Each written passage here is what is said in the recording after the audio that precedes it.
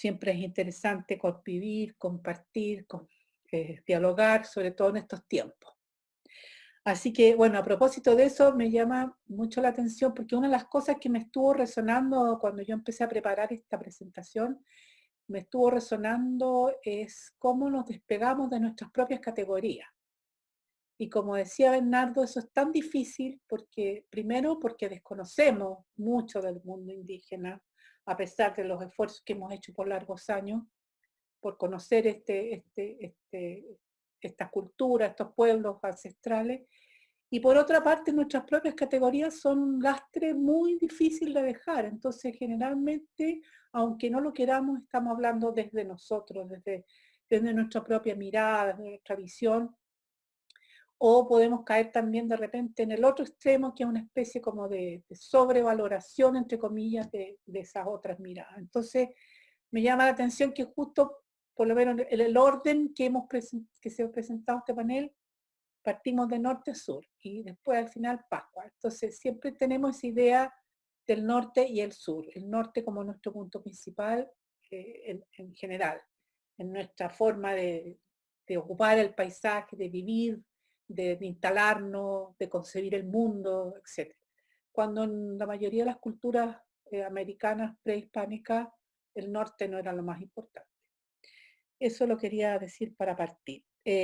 La otra cosa que quería aclarar antes de pasar a hacer la presentación era que parte de lo que yo voy a hablar ahora, gran parte de lo que yo voy a hablar ahora, son los resultados de trabajos de investigación, de hecho por muchos años, pero lo más que me interesa destacar es que es un trabajo de investigación hecho por un equipo interdisciplinario. Y creo que hoy día, sobre todo para los alumnos, los estudiantes que nos están escuchando, creo que una de las cosas fundamentales que tenemos que entender que cuando queremos investigar y conocer otras realidades, otras concepciones y otros procesos históricos, culturales, simbólicos, tenemos que tratar de trabajar en equipo. El trabajo de cooperación donde se imbrican distintas miradas, distintas epistemologías, distintas teorías, distintas formas de acceder al conocimiento es fundamental. Y en ese equipo que nosotros organizamos, que trabajamos por más de 25 años juntos, todavía seguimos en contacto, eh, lo hicimos combinando la antropología, la historia y la estética, y nos dio bastante buenos resultados para acercarnos a todas estas problemáticas relacionadas con los pueblos originarios de nuestra América. Así que quiero reivindicar esa idea y sobre todo porque nos cuesta mucho trabajar hoy día en equipo, incluso bajo esta situación de la pandemia, pero es importante que nos relacionemos y formemos estas entidades que permiten abordar las problemáticas desde una perspectiva mucho más amplia y abierta. Bueno, vamos a poner entonces el, el power.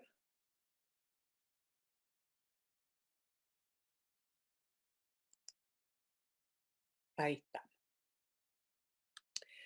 Eh, este es el título de mi presentación, entonces la idea es tratar de, cuando conversamos con Cristian, era hacer un acercamiento desde el mundo indígena y yo pensando un poco en el tema de los imaginarios, en este mundo que combina la tierra y el agua, o la tierra y el mar, pensé en esta entrada desde los imaginarios. Pero al poco andar,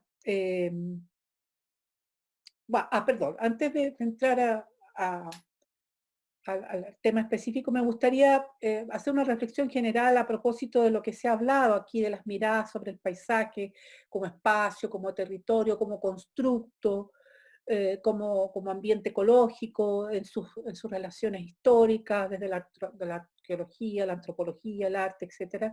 Se ha sido analizado como representación, como imagen, como texto. Y todo estos enfoques sin duda han puesto en el centro un poco lo que nos adelantaba Cristian en su presentación, esta idea de cómo acercarnos a a este entorno, a esta realidad natural, cultural, desde una perspectiva que nos permita incorporar distintas miradas. Y ese yo creo que es el gran desafío, y en ese sentido creo que este Centro de Estudios del Paisaje con estos encuentros ha sido un aporte fundamental. Cuando me hicieron esta invitación a reflexionar sobre una mirada al paisaje de los pueblos originarios y comencé a preparar el material, los, los elementos que me gustaría poner en la mesa, me di cuenta, por todo lo que uno empieza a consultar, de lo que uno ha leído, de las fuentes visuales, textuales, etcétera, me di cuenta que mayoritariamente en general respecto al mundo fueguino, y no solo respecto al mundo fueguino, sino que también respecto al mundo indígena americano, se ha impuesto una mirada, mayoritariamente una mirada desde la sociedad no indígena. Eh, de las posibles concepciones de estas etnias respecto de los paisajes, de cómo nombran su entorno, cómo lo ocupan, cómo lo conciben, se ha avanzado estos últimos años, se han hecho grandes esfuerzos, están los trabajos de Victoria Castro, de Raúl Molina, que han sido muy interesantes en el norte, pero todavía nos queda mucho camino por recorrer. Entonces yo creo que ese es un desafío que me di cuenta que yo en este momento, de acuerdo al conocimiento que tengo del mundo de Tierra del Fuego, el mundo fueguino, no tenía mucho cómo romper, cómo poder incorporar esas otras categorías. Esto tiene que ver un poco con el mito que surge en relación a esta idea del paisaje del fin del mundo, de estos territorios inhóspitos, inhabitables, y que siempre está rondando en nosotros respecto cuando miramos a la naturaleza. En mundo o para mundo, en este caso el mundo austral, que fueron espacios y territorios y lugares que fueron totalmente habitados y concebidos por sus propios habitantes de manera natural, entre comillas, por decirlo de alguna manera, ¿no? Y yo me empecé a preguntar entonces, ¿de dónde surge este mito del fin del mundo? De esta idea de las tierras incógnitas, de estos lugares inhabitables, pero que cuando llega el hombre occidental o el hombre blanco, como queramos llamarlo, en el siglo XIX a colonizar, se da cuenta que está poblado por una serie de pueblos con distintas costumbres y comportamientos. ¿De dónde viene esta idea? Entonces viene fundamentalmente desde los primeros descubrimientos, ¿no es cierto?, donde se habla de al conformar como señalaba Cristiana al comienzo, ¿no es cierto?, al conformar esta idea del mundo donde aparece el cuarto continente, ¿no es cierto?, y se conforma el Orbis Terrarum, queda este inmenso territorio abajo de nuestro norte, ¿no es cierto?, que está dado por el centro, como el centro europeo, como esta gran tierra australis incógnita, ¿no es cierto?, incluso que se pensaba que había hasta otro continente. Entonces, en ese sentido, cuando se coloniza esta zona, se lleva a cabo una especie de borradura, de invisibilización total de los pueblos que estaban allí. Se considera que es una tierra inhabitada, se considera que es una tierra de nadie.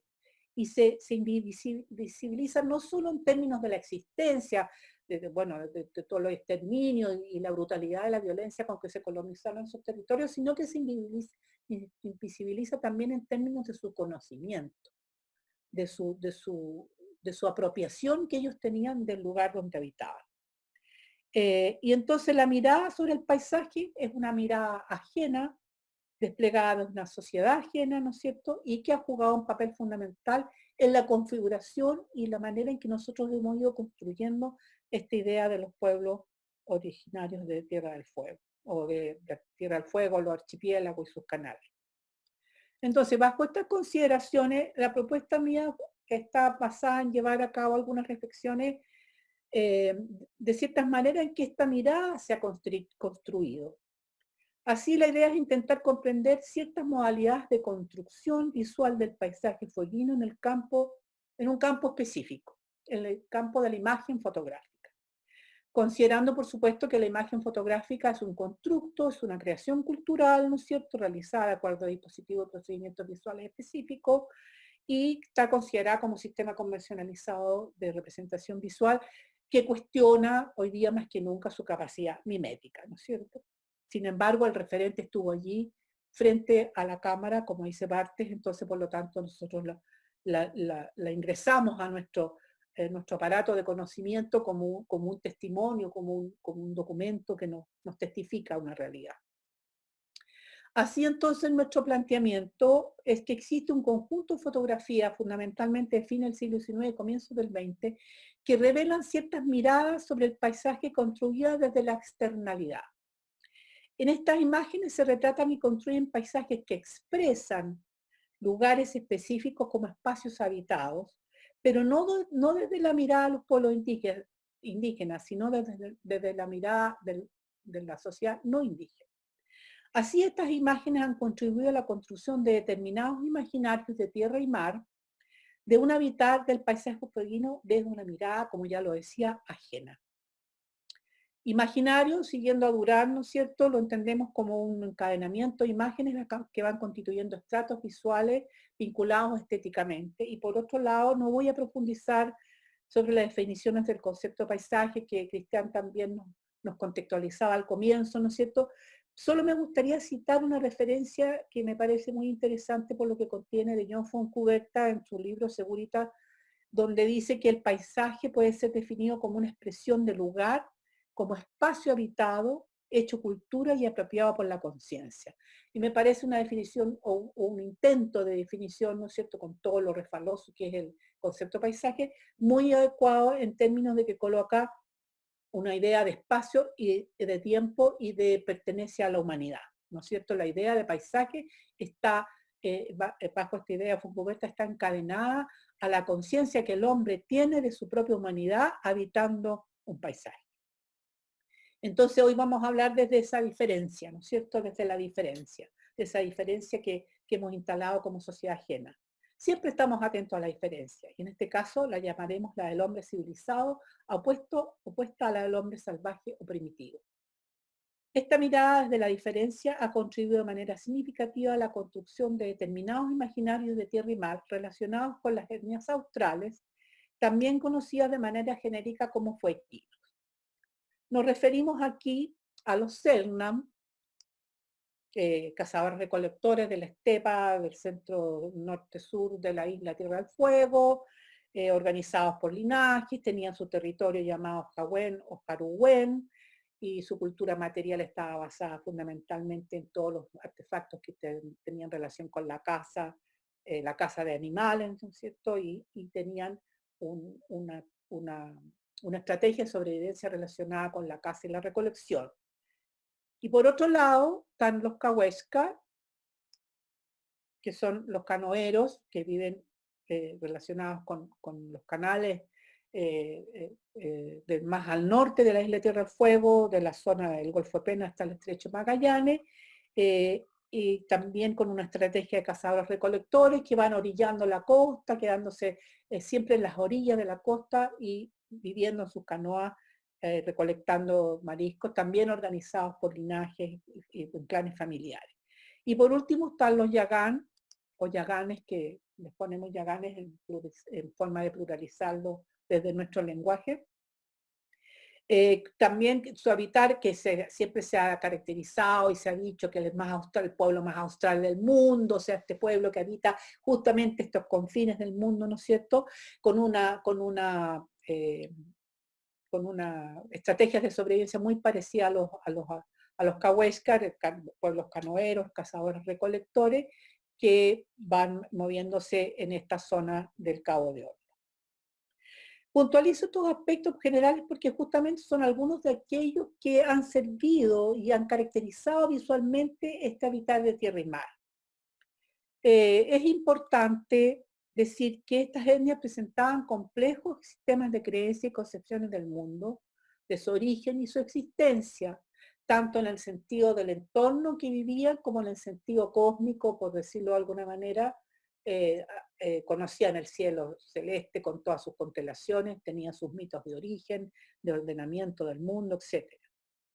Y esta existencia estaba compartida y explicada con diversos mitos y seres fantásticos que habitaban el cosmos, como decía, y su mundo cotidiano, lo que implicaba conocimientos detallados de su entorno. Como dice Margarita Maldonado, dirigente CELNAM de la comunidad Rafael Aiston en su libro Vida entre dos mundos, publicado en 2014 y reeditado en 2018, todas las cosas tenían su nombre.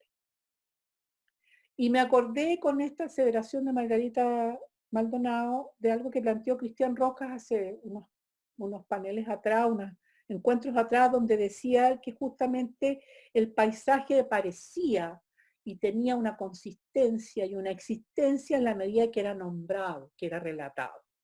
Por lo tanto, si bien a lo mejor estos pueblos no tenían un concepto del paisaje en el sentido que nosotros hoy día conceptualizamos el paisaje, sí tenían una concepción clara de dónde vivían y su entorno, porque su entorno estaba nombrado y relatado.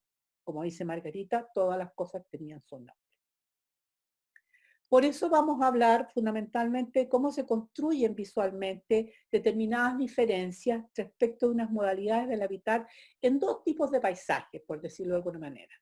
Territorio o espacio también podríamos decir. La tierra y el mar.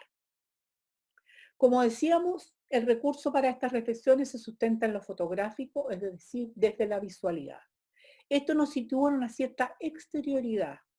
En el paisaje, como decía Fontcuberta, como una expresión de lugar, como espacio habitado, analizado en este caso desde la visualidad. El fundamento de toda distinción la situamos entonces desde la visualidad, porque es la manera en que, se nos muestra, se nos revelan las diferencias. Aquí se nos muestran en la fotografía. En primer lugar, vamos a abordar el paisaje como referente visual de un habitar. Sostenemos que los paisajes australes se constituyen en elementos visuales estéticos referenciales de las etnias fueguinas donde se sitúa a los Selknam en un habitar de tierra, de estepa, a veces asociados o combinados con áreas de bosque, pero siempre vinculados a claros como espacios despejados, a veces cazando, a veces descansando, acompañados de sus artefactos, de sus vestimentas de piel. En oposición, los canoeros están asociados a sus embarcaciones, navegando, recalando en ocasiones en la costa o transitando en los espacios costeros en un habitar de mar, desplazándose y recolectando especies marinas.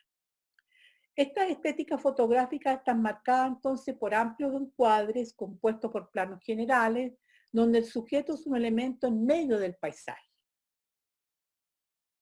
Referido por el paisaje, el indígena posa con su indumentaria y sus artefactos. Los Selknam con sus arcos, sus flechas, sus pieles. A veces en reposo, a veces cazando. Los Cahuéscar y Yagán en sus caneos, con sus fagones y sus familias.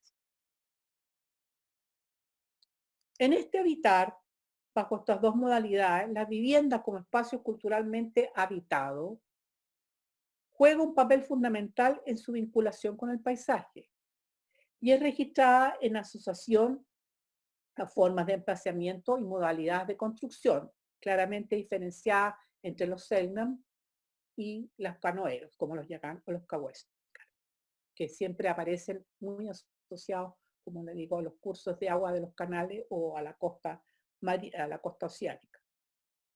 En esta relación entre escenario austral y hombres australes, se aprecia la construcción de una humanidad, la de los pueblos fueguinos, donde el paisaje como espacio habitado opera como referente de etnicidad.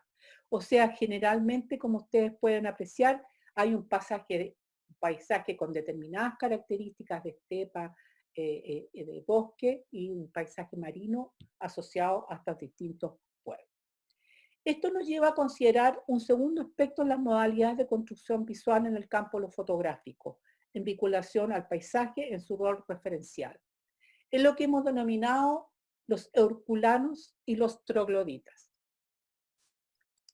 Las categorías etnológicas de los registros visuales de diversos autores como Agustín Docet, Charles Wellington Fulton, Alberto María Agostini, Martín Gussin, entre otros, están fuertemente ideologizadas, construyendo una visualidad de estos pueblos a partir de esquemas del siglo XIX y XX, de las humanidades y las ciencias sociales de esos tiempos, o como en esos tiempos se llamaba, de la etnología.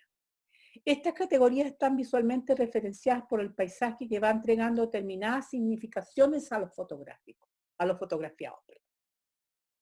Hay una especial lectura visual de lo salvaje y lo primitivo, que establece diferencias especiales entre estos pueblos de tierra y mar. Se generan diferencias visuales que distinguen los nómadas terrestres y los nómadas del mar respecto de gestos, actitudes y artefactos insertos en determinados paisajes que juegan el papel de escenarios que van a contener a estos grupos humanos. Los cazadores Selknam, los cazadores de tierra, los Selknam, son los más beneficiados en estas diferencias externas en medio de un paisaje. Fotográficamente son los salvajes heroicos. Sus gestos, normados por la pose, los muestran habitando un paisaje que los acoge y reviste como el buen salvaje. Cuerpos semidesnudos, capas de pieles, topados cefálicos, arcos distendidos, son los que caracterizan al cazador de estepa. La intención de visualizar este cazador de tierra como expresión de los Selknam en medio del paisaje llega a tal punto que el antropólogo fotógrafo Martín Gosinde no duda en realizar un acto de vestidura de estos personajes. En esta fotografía, como ustedes pueden apreciar, pareciera ser que Gosinde iba caminando por la estepa en un claro de un bosque y se encuentra con los cazadores listos para disparar sobre la presa, sobre el guanaco. Y él entonces inmediatamente saca su cámara fotográfica y hace su imagen. Sin embargo, si nos acercamos a un detalle, nos vamos a dar cuenta que a uno de ellos se le asoma la pretina del pantalón sobre el cuero de piel. Entonces, esto nos hace pensar inmediatamente en una especie de puesta en escena de una etnicidad que Martín Gusinde quería registrar en el momento que realiza esta fotografía. En oposición, fotográficamente, los canoeros son los menguados primitivos, quienes aparecen siempre disminuidos en sus gestos y artefactos al ser posicionados dentro de sus embarcaciones. Pocas veces se muestran, por ejemplo, los maravillosos y eficientes arpones que eran capaces de realizar los pueblos canoeros, el arte, la cestería, que era realmente de una finura y de un conocimiento de todas las fibras vegetales para sus distintos usos. Todos esos elementos están escasamente representados. A veces son fotografiados habitando escenarios ajenos en una especie de cadena extrema donde han sido despojados de su paisaje. Cuerpos vestidos con los resabios de las ropas europeas, encogidos, eh, instalados sobre la cubierta de la Romance, la embarcación que acompañó a la expedición científica del Cabo de Hornos. Estos grupos de canoeros aparecen frente al lente en una actitud entre sorprendidos e indiferentes y habitando un paisaje que no les pertenece ni los acoge. Hay una fractura, entonces, entre ellos y el entorno en el que están situados. Su condición de canoeros navegantes se desdibuja totalmente en estas imágenes. Se construyen sujetos radicalmente opuestos en su habitar. La diferencia está a la vista de todo observador.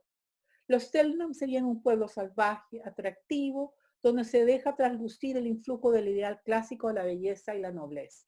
Los Cahuéscar y Yagán serían los pueblos primitivos, resabios de las primeras épocas de la humanidad. La potencia de la imagen fotográfica, la colosal fuerza de los gestos y el paisaje se visibilizan en estas fotografías como una alteridad que exhiben una diferencia radical. Bajo nuestros ojos occidentales, donde se imponen categorías ideologizadas. Los de tierra son los herculeanos, los del mar son los trogloditas. Y el paisaje, como contexto, constituye nuevamente un elemento fundamental en esta construcción visual. Para ir terminando, de acuerdo a estos recorridos, hemos visto cómo ciertas modalidades de construcción visual del paisaje, más allá de ser referentes de etnicidad y actuar como escenario que marca la presencia de diversos pueblos australes, se constituyen un elemento fundamental en la construcción de estos imaginarios de tierra y mar del fin del mundo. De acuerdo a estas dinámicas, además de los procesos de colonización, con su carga de exterminio y asimilación de los habitantes originarios fueguinos, el paisaje austral de estepa, islas y canales fue concebido, como señalaba Foncuberta, como una expresión de lugar vacío, no habitado, bajo las categorías de una sociedad ajena, una sociedad no indígena. Gran parte del conocimiento, las concepciones, sobre todo los nombres de los paisajes de estas regiones, fueron borrados e invisibilizados, igual que sus habitantes, dramáticamente.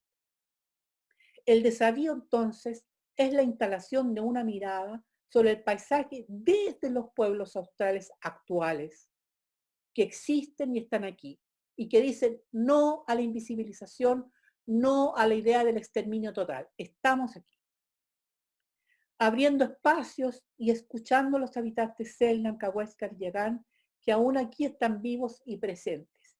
Y fíjense ustedes en estas imágenes, en estas fotografías que son totalmente actuales, de las comunidades actuales, cómo de alguna manera insistimos en repetir esta estética de la que estábamos hablando, donde el paisaje supuestamente le daría el marco, la legitimación étnica que se está buscando para estas comunidades. Y nuevamente son fotografiados en asociación, como los ven aquí, en todos ellos, en asociación a un paisaje específico. Para estos pueblos, hoy día, como los Cahuéscar, los Yagán y los Selknam, las fronteras republicanas no tienen ninguna trascendencia y sus reflexiones y su lucha por pelear contra esta visión del exterminio y decir que están aquí presentes sobrepasa esta territorialidad establecida desde la República. Y yo creo que esos son elementos fundamentales a la hora de pensar los paisajes de las tierras australes. Muchas gracias.